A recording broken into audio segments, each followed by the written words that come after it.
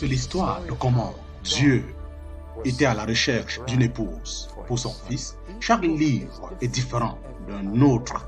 Et j'essaye de vous donner les clés afin que vous puissiez par vous-même comprendre.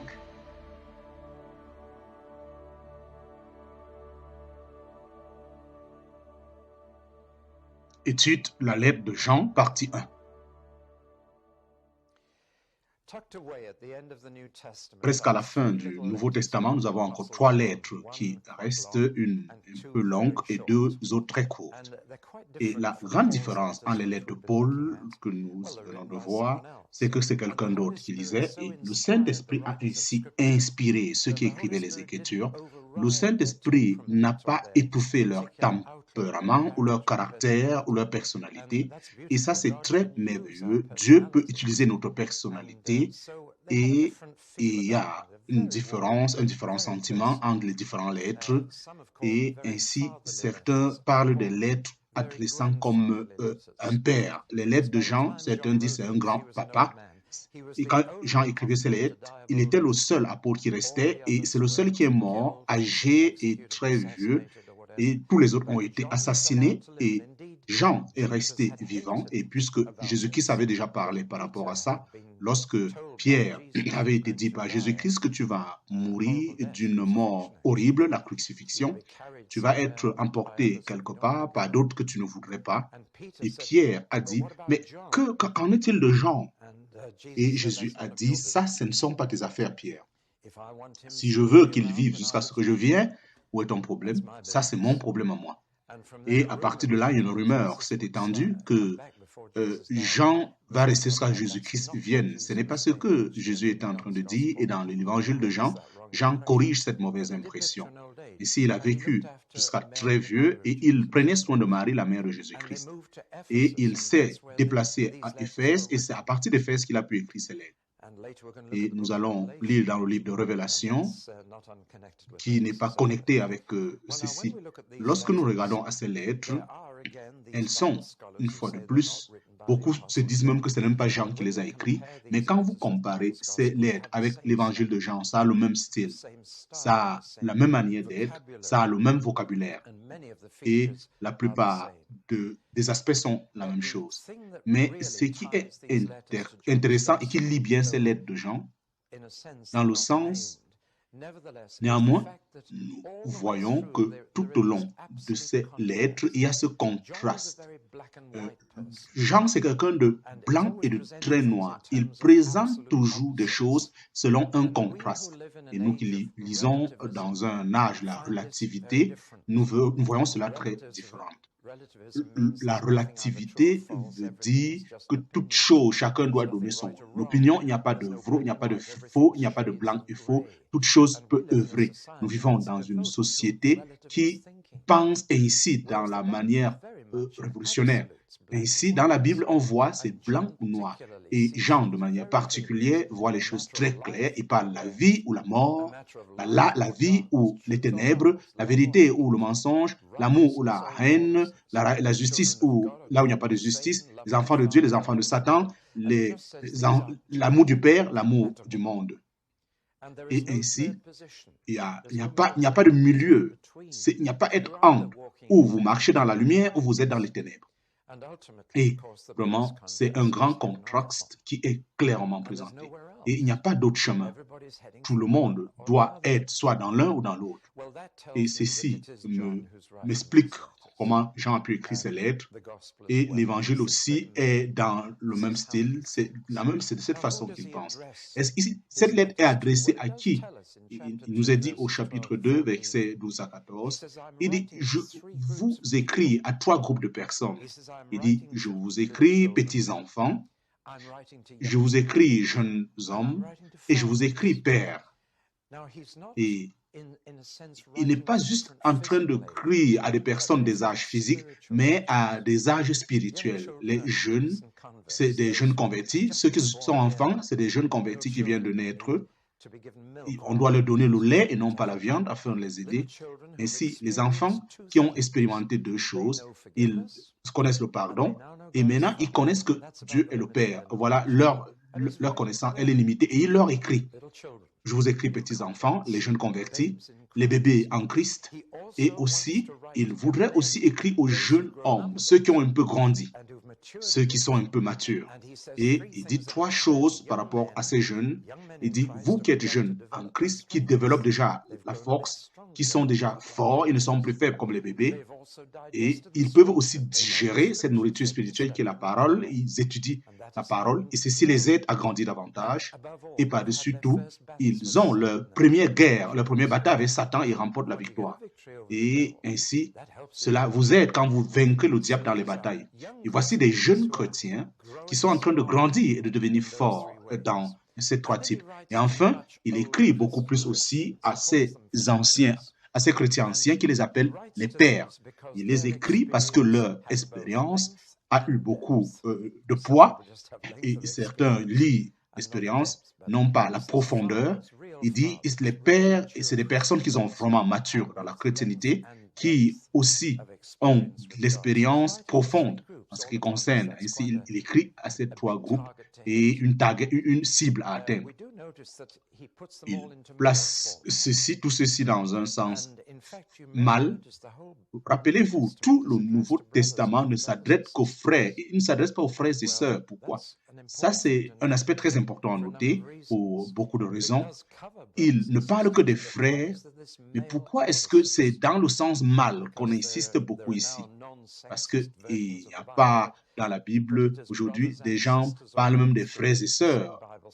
Il dit Dieu, il est père et mère. Et je pense que c'est toute la confusion qui vient de ce style de Bible. Je pense qu'il y a une seule raison.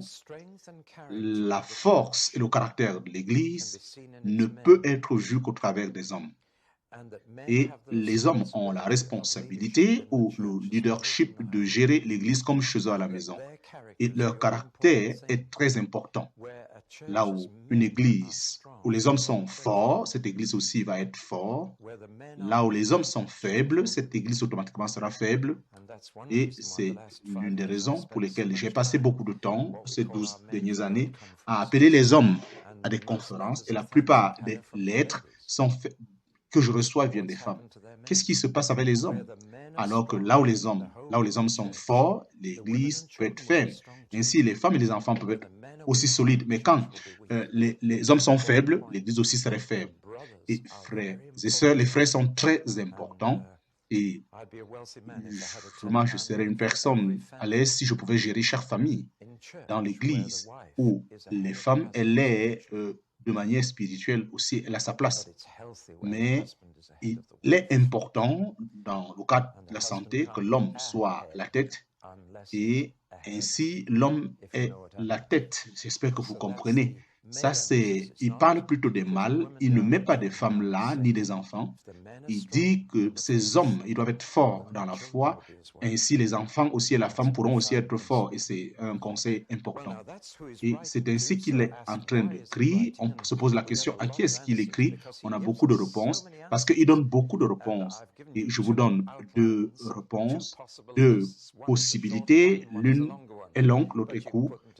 Nous les mettons ensemble et ça fait le compte. Par exemple, quelqu'un d'autre a dit qu'il a écrit pour 4 raisons: la satisfaction, que leur joie soit complète, qu'ils soient des personnes sans péché et mènent une vie sans péché, qu'ils soient sauvés de toutes les méchancetés du diable, les faux enseignements, tout ce que le diable essaye de faire, et par-dessus tout, qu'ils puissent avoir l'assurance.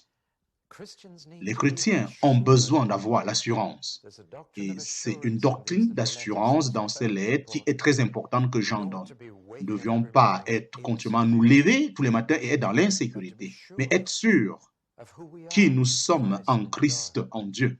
Et ainsi, il écrit afin que ceci soit sûr. Ainsi, nous avons ces 4 aspects. Nous avons de l'autre côté 5, similaires aussi. Il écrit pour pouvoir promouvoir l'harmonie afin qu'ils puissent avoir la communion les uns les autres et qu'ils puissent vraiment être un. Il écrit pour promouvoir l'harmonie, pour produire aussi la joie, que leur joie soit remplie, pour protéger la sainteté, afin qu'ils puissent demeurer un peuple saint et qu'ils ne soient pas distraits de cet objectif, et pour prévoir aussi l'hérésie. Et j'espère que vous êtes en train de saisir le message de Paul. Ainsi, le plus grand danger à l'Église, c'est les faux enseignements. Paul et Jean l'ont dit, et nous devions être conscients de cette réalité et faire attention. Et finalement, pour pouvoir aussi promouvoir l'espérance. Il voudrait qu'ils soient remplis d'espérance pour le futur, mais qu'ils puissent toujours regarder devant, pouvoir avancer tout ce que Dieu peut faire. Ainsi, lorsque nous mettons tout ceci ensemble, quel est dans le cœur de ce vieux?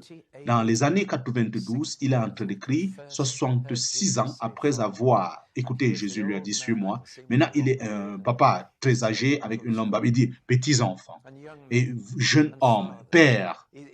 Il est en train de dire, je suis votre grand-père dans la foi et je voudrais que vous soyez satisfaits, je voudrais que vous soyez sûrs qui vous êtes. Je voudrais que vous soyez saints, vivre en harmonie, remplis d'espoir. C'est pourquoi il est en train d'écrire. C'est une lettre très généreuse, comme un pasteur qui écrit à ses enfants. Alors, essayons de pouvoir avoir un modèle de cette lettre. Ce n'est pas facile parce que il n'y a pas un ordre dans cette lettre. Quand vous essayez de la structurer, c'est impossible de pouvoir l'analyser. Il est en train d'errer comme dans un cercle et sa pensée, comme l'avait dit, elle est un peu cyclique, linéaire. Et dans l'aspect linéaire, j'aime ABCD et j'aime voir comment les choses sont en train de progresser. Et comme Paul est toujours en train d'établir, il avait une pensée linéaire. Moi-même, je me trouve un peu perdu lorsque j'arrive à un homme qui est juste en train d'œuvrer de manière en cercle, les mêmes thèmes, il revient sur les mêmes choses, il revient sur les mêmes choses.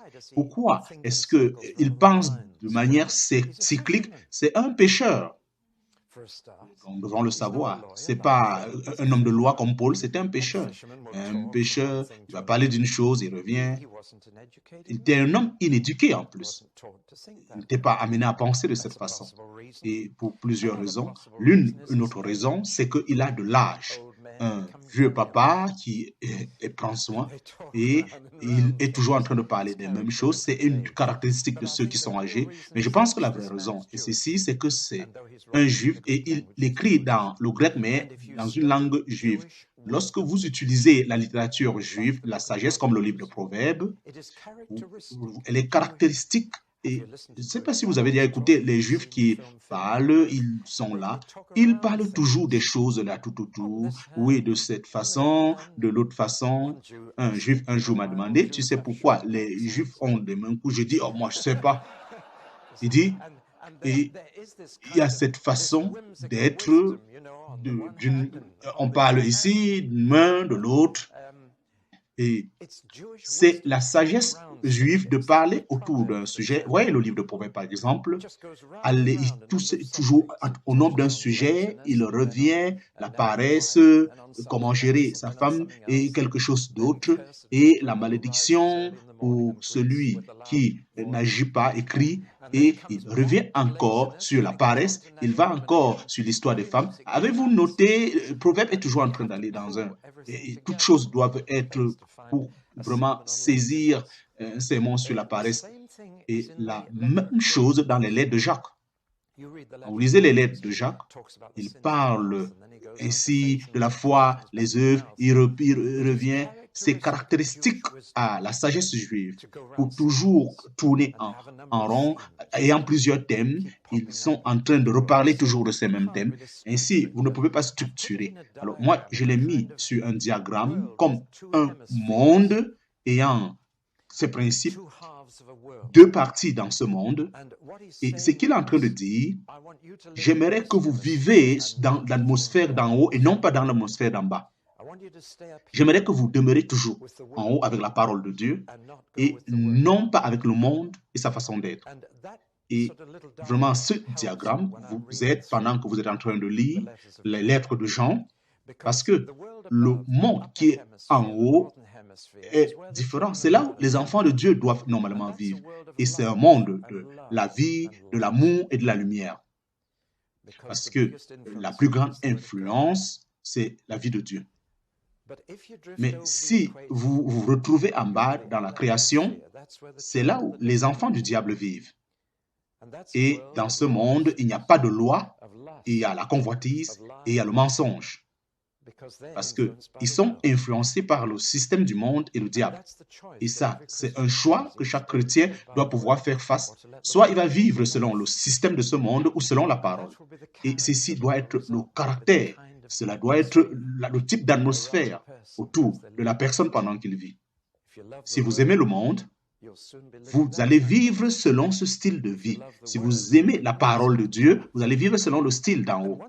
Et lorsque vous voyez juste cette image un peu arrangée, vous vous rendez compte qu'il y a vraiment comme un sandwich qui commence par dire des choses positives, des choses négatives et positives. Et la positivité, la négativité, la positivité. Et ce qui doit être fait, ce qui ne doit pas être fait.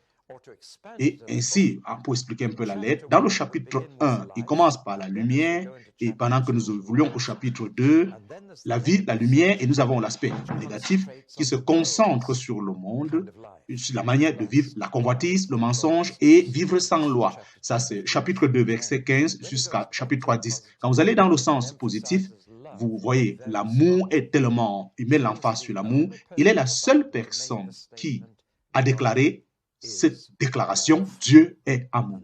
Et ça, c'est le point ici. Et il finit en nous parlant de la vie une fois de plus. Alors, j'aimerais, je ne sais pas si vous avez réalisé que la révolution de déclarer que Dieu est amour. Aucune religion dans le monde n'a jamais pu dire cela et ne peut même pas dire cela. Même pas le judaïsme ne peut pas dire cela. Le judaïsme peut dire Dieu nous aime.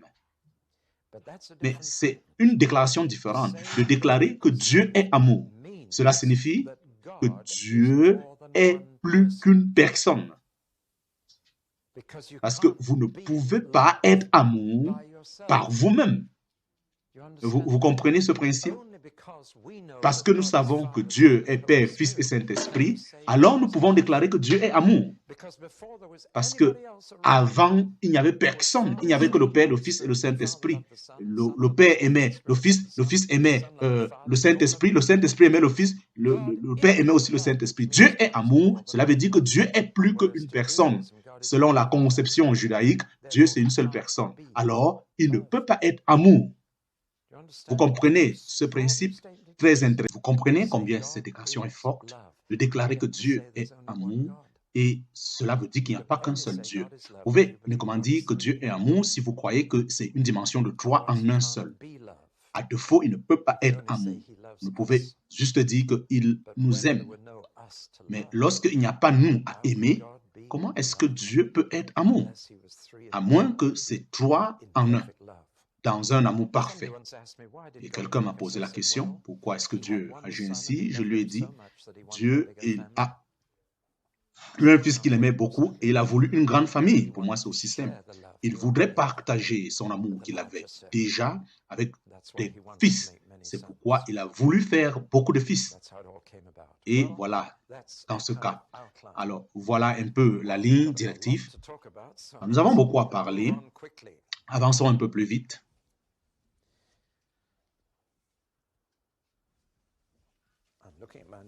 Je suis en train de regarder mes notes et je regarde ce que j'ai pu mettre sur ce diagramme et je dois rentrer sur mes notes et je reviens aussi sur le diagramme. J'aimerais traiter avec un aspect appelé l'hérésie, les faux enseignements auxquels on doit pouvoir gérer. Ainsi, à Éphèse, il y avait cette réalité. Vous notez qu'au travers de ces lettres, il dit « nous et vous et eux ». Et il y a eux, je veux parler un peu de eux là, qui, pour expliquer, de manière basique, une fois de plus, c'est notre vieux ennemi qui est la philosophie grecque qui sépare toujours le physique du spirituel. Vous savez, nous sommes tellement emballés dans ce système qu'il nous est difficile de séparer. C'est des Grecs que nous avons le mot séculier. Vous ne pouvez pas trouver un tel mot dans la Bible. Et même les chrétiens me disent, moi, je suis dans un travail séculier. Vraiment, c'est insensé. à moins que ça soit quelque chose du monde. Et je dis, il n'y a rien de séculier, excepté le péché. Vous savez pourquoi je le dis? Non, l'Angleterre, c'était quelqu'un qui s'est converti au travers de ce mot quand j'ai expliqué ainsi. Il n'y a rien de séculier, excepté le péché. À partir de là, il a commencé à chanter pour la gloire de Dieu. Et puisqu'il avait un travail séculier, une partie de ce travail consisterait à faire des affaires à la télévision pour des prostituées. Il a dit, je ne le ferai plus à cause de la gloire de Dieu. Il n'y a rien de séculier, excepté le péché. Mais la pensée grecque sépare toutes choses, de physique, spirituelle, séculaire et autre chose, temporelle et éternelle. Tout, il sépare toutes choses. Et de manière particulière, il sépare l'âme et l'esprit. Et nous souffrons beaucoup de cet aspect de choses. Et ainsi, ils prennent une déclaration. Ils disent que le physique, c'est ce qui est vivant. Et le spirituel, c'est ce qui est bon. Le corps est mauvais, l'âme est bon. Ainsi, il donne aux personnes l'impression que nous avons encore que tout ce qui est physique est quelque chose de sale. Et nous souffrons de ça beaucoup à l'Église. Et c'est très faux. Mais lorsque vous appliquez ce type à Jésus-Christ, vous avez des problèmes. Comment Dieu pouvait être un homme? Ça, c'est impossible. Dieu, il est éternel. Et l'homme, il vit dans le temps. Dieu est spirituel et l'homme est physique. Comment est-ce que Dieu pouvait être homme sur la terre? Et vous savez, cela met en jeu notre base fondamentale chrétienne. Et cela prend plusieurs formes. L'une de ces formes, c'est que Jésus-Christ seulement a apparu dans la chair. C'était juste une apparition, ce n'était pas réel. C'est une hérésie qui veut dire par porter un masque pour apparaître. Et l'une des choses sur lesquelles John est en train de dire dans sa lettre, si vous écoutez quelqu'un vous dire que Jésus-Christ n'est pas venu en chair, sachez que c'est un antichrist. Et ainsi, en fait, de manière très profonde, le nouveau âge est en train de séparer l'homme Jésus de ce Christ divin. Et l'une des grandes hérésies du temps de Jean, c'est qui aujourd'hui œuvre encore dans les pensées, c'est que Jésus-Christ était un homme et pendant qu'il se faisait baptiser à l'âge de 30 ans, le Christ est entré en lui et lors de sa mort, le Christ est ressorti et Jésus-Christ est mort. Ainsi, Jésus-Christ et le Christ, c'est deux choses très différentes. Vous me suivez? Et ça, c'est pourquoi le nouvel âge parle du Christ. Ils n'aiment pas utiliser le nom de Jésus, ils disent Christ. Et ils disent que tout le monde peut avoir le Christ qui vient en lui. Et vraiment, c'est très, très rusé et plein de personnes suivent. Vous voyez, l'aspect physique de ce Jésus-Christ, on le sépare de l'aspect spirituel qui est Christ. Et ça, c'est vraiment l'hérésie. Jésus-Christ, c'était une seule personne, physique et spirituelle, divin et humain, du temps et hors du temps de l'éternité. Mais le grec sépare toujours cette réalité. Et leur déclaration est toujours, c'est que Dieu est quelqu'un qui est hors du temps. La Bible n'enseigne pas ça. La Bible dit que Dieu est éternel. Et là, c'est une différente façon de penser. Ainsi, le temps est réel pour Dieu. Le Dieu est celui qui était, qui est et qui vient. Le temps est en Dieu et Dieu est tellement dans le temps, alors que le grec sépare le temps de Dieu. Et vous êtes étonné que beaucoup de chrétiens pensent que quand ils vont arriver au ciel, ils seront hors du temps. Non, non. Nous allons dans un amour éternel. Et le temps va au-delà de ce que nous pouvons imaginer. Le temps est tellement réel en Dieu. Le temps est tellement réel dans la Bible. Et ainsi, l'histoire nous révèle cela. Tous ces hérésies, Jean devrait bagarrer durement afin de séparer ce Jésus humain de ce Christ divin. Si quelqu'un dit que Jésus-Christ n'est pas venu dans la chair, ça c'est un antichrist. Ça, ce n'est pas de Christ. Ainsi, dans les conceptions, c'est ce qui se passe. Et Paul devrait déclarer que lorsque Jésus-Christ est venu sur cette terre, il était un homme. Nous l'avons vu, nous l'avons touché, nous l'avons écouté. Et ces trois déclarations fermes, voir, toucher et écouter, il insiste dans ce fait. Nous l'avons vu, nous l'avons écouté, nous l'avons touché, nous avons touché de nos propres mains. Et Jean a appris une fois de plus de ce Christ. Il était tout posé sur la poitrine de Christ. Ainsi, il mettait toute sa tête sur la poitrine de Christ. Il dit, je l'ai touché. J'ai touché Dieu. Vraiment, c'est ça la réalité. L'incarnation, elle est fondamentale. Vous voyez, je suppose qu'aujourd'hui, beaucoup de gens pensent de Christ, que ce qu'ils pensent de Christ est absolument fondamental. Certains le mettent dans un petit poème et il a écrit « Qu'est-ce que vous pensez de Christ ?» Est-ce que c'est un texte ultime? Si vous ne pensez pas correctement de lui, vous ne pouvez pas croire en lui exactement. Et ça, c'est ultimate. Ça, c'est extrêmement important. Qu'est-ce que vous pensez de lui, de Jésus-Christ? Est-ce que vous avez réalisé qu'il est totalement divin, totalement humain, qu'en lui, le physique et le spirituel sont intégrés correctement? En d'autres termes, dans ce monde, nous avons un mélange total. Et la pensée grecque, qui est toujours en train de séparer le temps et l'éternité, qui sépare toujours le spirituel du physique, elle est complètement avalée. Et la parole est devenue chair, elle a vécu parmi nous. Oui, Jean a vu sa gloire, il dit qu'il a vu sa gloire. Et il a dit, à la montagne de transfiguration, ainsi, c'était lors de l'opération. Néanmoins, une fois que vous séparez le physique du spirituel, cela n'affecte pas simplement votre croyance, cela affecte votre comportement chrétien. Et cette pensée grecque que le salut n'a rien à voir avec votre corps, je vous le dis, cette idée est très vieille et elle a saisi beaucoup de gens à l'Église. Il y a des personnes que nous connaissons qui vivent une vie très immorale à l'Église, mais ils proclament qu'ils sont quand même spirituels. Parce que ce qu'ils font avec leur corps n'a rien à voir avec leur esprit. Vous voyez, ça c'est la pensée grecque, voilà ce qu'elle fait. Et vous vivez dans deux comportements totalement différents. Et votre corps vit dans un comportement et votre âme vit dans un autre. Et les deux ne peuvent jamais se rencontrer. Et je pense que vous comprenez ce que je suis en train de dire. C'est vraiment, c'est faux. Et Jean devrait se lever contre ce principe. Vous voyez, beaucoup de gens qui pensent ainsi, ils commencent à penser et ils se disent, même si je pêche, ça ne compte pas pour ma vie chrétienne.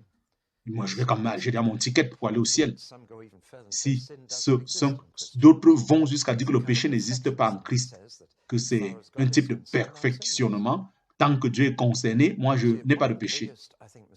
Et je pense que l'une des plus grandes erreurs que les gens commettent quand ils viennent à Christ, c'est de penser que leur péché futur est passé. Non. Uniquement vos péchés passés sont pardonnés. Tu as besoin continuellement de recevoir le pardon. Et Jean devrait dire, et il est en train d'écrire aux chrétiens, il dit, si nous allons continuellement et nous confessons nos péchés, il est fidèle et juste pour aussi continuer à nous pardonner. Et le sang de Jésus-Christ va toujours continuer à nous purifier de toute injustice. Il ne dit pas que si je viens en Christ, tous mes péchés sont pardonnés, maintenant je deviens tout blanc. C'est tous mes péchés passés. Et maintenant, je dois pouvoir m'arranger avec Dieu. Et je me rends compte de combien je dois gérer. Je dois confesser et quand je confesse, il continue à me pardonner. Et ça veut dire que si je ne confesse pas, vous voyez l'image? Une fois de plus, cet enseignement est très important dans l'Église aujourd'hui. Et c'est les lettres de Jean qui le révèlent. Et c'est cette pensée grecque qui conduit à une vie sans péché, de moralité. Elle conduit à vivre une vie spirituelle fausse. Ainsi, les chrétiens, ils n'ont plus des règles normales, mais fausses. Ainsi, Paul pouvait dire dans Romains, comment est-ce que toi qui condamnes les autres, dans Romains chapitre 2, tu fais les mêmes choses, pensant que tu pourras passer à côté. Dieu est juste. Dieu se rassure la mentalité, que ce soit du chrétien ou du païen. Ainsi, il faut être purifié. Ça, c'est le style de background qui conduit à voir cette arrogance morale, cette arrogance mentale qui est liée avec la décadence morale. Et c'est très dangereux, cette combinaison qui se retrouve à l'Église. Alors, avançons. Il veut que les chrétiens soient sûrs qu'ils sont des chrétiens, qu'ils aient la confiance. Et ainsi, il dit, Les enfants du Père reflètent le caractère du Père. Si Dieu est lumière, alors ses enfants doivent embrasser la lumière. Ils doivent marcher dans cette lumière. Si Dieu est amour, alors ses enfants doivent exprimer cet amour. Si Dieu est la vie, alors ses enfants doivent se réjouir de la vie. Ici, cela montre quelque chose. Comment est-ce qu'on peut reconnaître qui est enfant du Père selon le comportement de la famille? Comment est-ce que nous savons que quelqu'un appartient à Dieu? C'est lorsqu'il embrasse cette lumière, il exprime cet amour et il se réjouit de la vie. Et ses enfants doivent être comme lui, comme Dieu. Ici, il va dans plus de détails et il donne quatre tests qui permettent de connaître un véritable chrétien. Et ceci, c'est des textes très sévères et il va au travers de ces caractères très clairement de ces textes. On n'a pas eu le temps d'entrer dans les détails, mais je vais vous donner les clés afin que nous voyons clairement. Le premier texte, c'est l'aspect doctrinal. Et chaque chrétien, le véritable chrétien, doit traverser ce texte. Comment est-ce qu'il pense concernant Christ? Et s'ils ont cette pensée qui n'est pas claire sur Christ, sur cette personne Jésus-Christ qui est le divin Dieu, l'homme et Dieu en même temps, alors là, il ne traverse pas le test. Un véritable chrétien doit traverser cet aspect. À défaut, il tombe dans l'hérésie en croyant en Jésus-Christ. Et il y a plein de gens à l'Église qui pensent que Jésus-Christ était un grand homme, un grand humain, et une personne qui vraiment a beaucoup géré Dieu. Mais ça, ce n'est pas vrai. Ce n'est pas, c'est l'hérésie qu'ils sont en train de croire. Et il est en même temps Dieu et homme, pleinement Dieu et pleinement homme aussi. Là, c'est le premier texte. Si vous ne croyez pas en ce texte, alors vous ne traversez pas le premier texte. Le deuxième texte, c'est un texte spirituel. Il dit, par là, nous savons que nous sommes enfants de Dieu quand nous croyons et qui nous a donné son esprit. Et ceci est un témoignage en nous, le Saint-Esprit qui témoigne en nous que nous sommes fils de Dieu. Sans le Saint-Esprit, on ne peut pas passer le deuxième test, parce que c'est l'Esprit Saint qui témoigne en nous que nous sommes enfants de Dieu. Et vous le savez, vraiment, que je puisse faire attention ici. Certaines personnes essayent d'avoir l'assurance dans les Écritures. La Bible, elle ne le fait jamais. Je veux par là dire quoi? Parce que certains essaient d'assimiler des versets bibliques de manière très simple. La Bible dit que celui qui vit comme ça, c'est une vie ascétique. Essayez de prouver aux gens qu'on peut être chrétien en pointant des textes dans la parole de Dieu. Ça, ce n'est pas correct selon la pensée du Nouveau Testament. L'assurance vient de l'Esprit, non pas des Écritures du Nouveau Testament. Vous ne pouvez pas prouver que vous êtes chrétien juste en citant tel verset. C'est l'Esprit Saint en vous qui témoigne que vous êtes chrétien. C'est un texte spirituel. Là, on peut savoir que celui-ci est enfant de Dieu parce qu'il nous a donné son esprit. Et quand vous savez que vous avez ce Saint-Esprit, vous passez le texte. Et si vous n'avez pas le Saint-Esprit, comment? Vous êtes toujours dans une position où vous appartenez à l'ennemi et votre vie va être possédée par ces esprits malins. Ainsi, le troisième test, c'est un texte moral, c'est un test moral. Si vous vivez justement ou correctement, ainsi votre conscience va vous parler que vous appartenez au Père. La conscience vous a été donnée pour vous enseigner et quand vous avez une conscience claire, vous le savez si vous vivez correctement. Et si vous vivez tel que Dieu veut, ainsi, dans les termes bibliques, si vous pratiquez la justice, vous vous rassurez de garder la loi de Dieu. Et ça, c'est un test moral. Là, vous êtes convaincu que vous êtes son enfant, mais si vous rebellez contre les lois de Dieu, si vous êtes contre la manière dont Dieu veut que vous vivez, vous ne passez pas ce texte. Vous me suivez? On doit vraiment clairement gérer cela. Et il y a un quatrième texte, c'est un texte social. Si vous aimez les autres enfants de Dieu, alors vous passez le texte. Parce que vous ne pouvez pas dire que vous aimez Christ et vous n'aimez pas les chrétiens, c'est incompréhensible. Parce que Christ est en ces chrétiens et si vous aimez Christ, vous allez aimer ce Christ qui est dans vos frères. Si vous haïssez votre frère, c'est la preuve que vous n'aimez pas le Père. Parce que c'est de cet amour Je vais vous dire un aspect pratique de ce cas. C'est une des preuves que nous aimons Dieu le Père. Lorsque nous commençons à aimer les Juifs, c'est la preuve que nous aimons aussi Dieu le Père. À défaut, il n'y a pas d'amour. Nous remercions Dieu par rapport à cet amour humain en prenant l'exemple sur les Juifs. Mais ceci est très important. L'Esprit de Dieu peut vous remplir de cet amour. Combien c'est merveilleux. Ce n'est pas quelque chose de naturel. Le monde hait cela. Donc c'est quelque chose de supernaturel. Mais Jésus-Christ les appelle ses frères. Et Dieu les aime bien qu'ils soient comme ils sont, ces Juifs. Dieu continue à les aimer. Et ceci est la preuve qu'il y a l'amour du Père en moi et en vous aussi. Et de manière particulière, il dit c'est l'amour des frères qui prouve que l'amour du Père est en nous. Parce que le Père les aime. Et s'il a partagé cet amour dans notre cœur, que l'Esprit continuellement déverse cet amour, nous devions aimer les frères. Et les chrétiens doivent s'aimer. C'est quelque chose de naturel de pouvoir demeurer en haut avec cet amour divin, mais rester ici sur terre, c'est une autre histoire. Quand on est en haut avec les saints, c'est glorieux. Mais néanmoins, nous devions nous voir en train d'aimer même les gens que nous n'aimons pas. Parce que nous sommes les enfants du Père. L'amour du Père est en nous. Et il y a ces 4 textes qui sont très clairs. Certains d'entre vous prêchent. Vous prêchez dimanche prochain. Je dis vraiment, je vous donne l'occasion.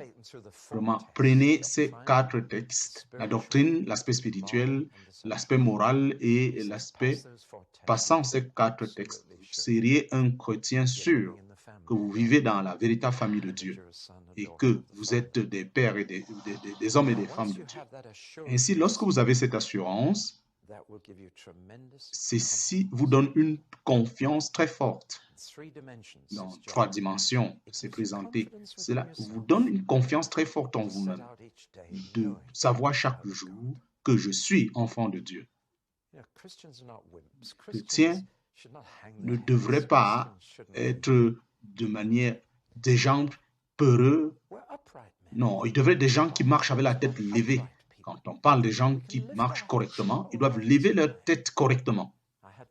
Et j'ai eu à dire à un jeune homme un jour, oui, c'était quelqu'un qui marchait un peu, je n'étais pas sûr de lui, même sa famille, c'était pas facile. Je lui ai dit, quel est ton nom? Il dit Philippe. J'ai dit, écoute, tu es chrétien? Oui. Tu aimes le Seigneur? Oui. J'ai dit, alors à partir d'aujourd'hui, tu es le prince Philippe. Regarde le miroir chaque matin et tu dis, oh, bonjour, prince Philippe. Et parce que tu es membre de la famille royale. Sa tête était toujours en bas. Il a levé la tête. Il dit, comment tu le sais? Je dis, mais qu'est-ce que tu veux dire, comment je sais? Je sais. Il dit, quand je suis arrivé ce matin au lieu de boulot, tous m'ont dit, hé, voilà le prince Philippe qui arrive. Et j'ai dit, mais c'est la vérité. Alors quand tu le lèves demain matin, tu dis, hey, bonjour, prince Philippe. Et que je suis ce prince. Et ceci a beaucoup aidé ce jeune garçon. Il a levé sa tête et c'était toute la différence. Lorsque vous êtes sûr que vous êtes fils de ce roi qui est au ciel, que vous êtes des princes, que vous êtes la famille royale sur la terre, vraiment cela fait toute la différence. Ça vous donne la confiance, cela vous donne l'assurance envers les autres. Vous parlez avec assurance, par-dessus tout. Et cela vous donne aussi l'assurance envers Dieu. Parce que vous montrez que vous êtes son fils et vous pouvez dire « Papa ». Et ainsi, je demande ceci au nom du Fils. Ça vous donne beaucoup de confiance envers Dieu. Alors, oui, ça, Jean, c'est merveilleux. C'est-à-dire, ce papa, on va maintenant entrer dans un autre sujet et je vais arrêter là et nous allons continuer à la prochaine étude avec ce sujet très important qui parle du péché dans les croyants. Et Jean déclare quelque chose de très étranger qui semble contredire tout ce qu'il dit. Nous avons donc besoin de manager correctement. Je ne vous promets pas que tout le problème serait résolu, mais néanmoins, nous avons juste besoin de manager correctement. Mais l'une des choses que nous devions apprendre, ne prenez pas un verset par lui-même. Vous pouvez prouver toutes choses dans la Bible si vous prenez des versets seuls. Et beaucoup de personnes ont agi ainsi et ils ont établi des doctrines à partir des versets. Ça, ce n'est pas une issue biblique. Notez que s'ils prennent des textes hors de leur contexte, un texte hors de son contexte, ça devient un prétexte. Vraiment, désolé, mais vraiment, je ne voudrais pas le dire, mais c'est clair. Que je vous donne juste un exemple. Il y a un verset dans ma Bible qui dit « Il n'y a pas de Dieu, il n'y a point de Dieu ». Alors, je peux prouver l'athéisme au travers de ce verset. Si je sors du contexte de ce verset, je vais prouver qu'il n'y a pas de Dieu. Vous voyez combien cela est? C'est un exemple triste. Si vous prenez donc un seul verset hors de son contexte, vous allez prouver tout ce que vous voulez. Et j'ai peur que ceci a été fait avec ce verset dans la lettre de 1 Jean et de 2. Nous devions voir toute l'histoire et nous allons le faire la prochaine fois.